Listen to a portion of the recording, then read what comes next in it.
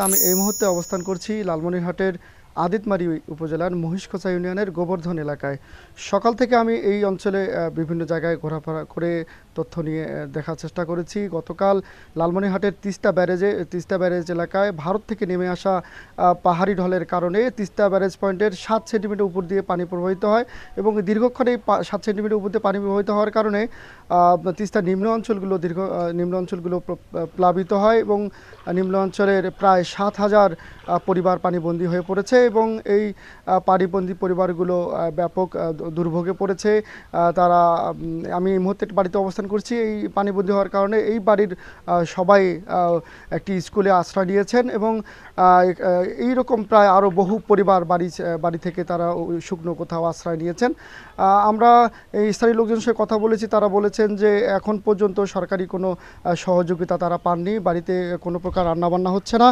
শুকনো খাবারের জন্য তারা বাজারের বিভিন্ন ধরনের খাবারের প্রতি নির্ভরশীল হয়ে পড়েছেন। এখানে এই চর অঞ্চলে মানুষ অধিকাংশই পশুপালন করে থাকেন। তারা পশুকে নিয়ে ব্যাপক দুর্ভোগে পড়েছেন। বিশেষ করে অনেক এলাকায় খড়গুলো পানিতে ডুবে গেছে, শুকনো খাবার পাওয়া যাচ্ছে না। তারা এটা নিয়ে ব্যাপক দুর্ভোগে পড়েছে।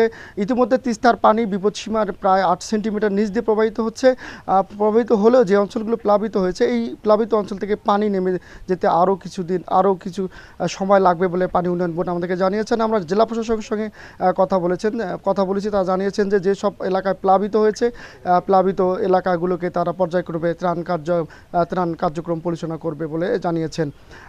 পানি আগামীতে তিস্তার বিপদসীমা উপর দিয়ে প্রবাহিত হবে না বলে জানিয়েছেন পানি উন্নয়ন বোর্ড। এই হচ্ছে লালমনিরহাট থেকে বন্যার সর্বশেষ তথ্য। Sabbir Ahmed, star news, Lalmonirhat.